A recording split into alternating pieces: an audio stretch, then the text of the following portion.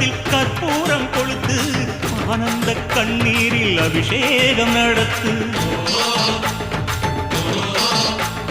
காட்டு வீரங்கெல்லாம் கொடுத்தா தாம் மதிப்பு, படகாவி தூரவி எல்லாம் விழிஞ்சா தாம் மதிப்பு. பணம் கொஞ்சம் இருந்தாலும் கொடுத்தா தாம் மதிப்பு, நீ மகன் என்றால் உன் தாயை மதிச்சா தாம் மதிப்பு.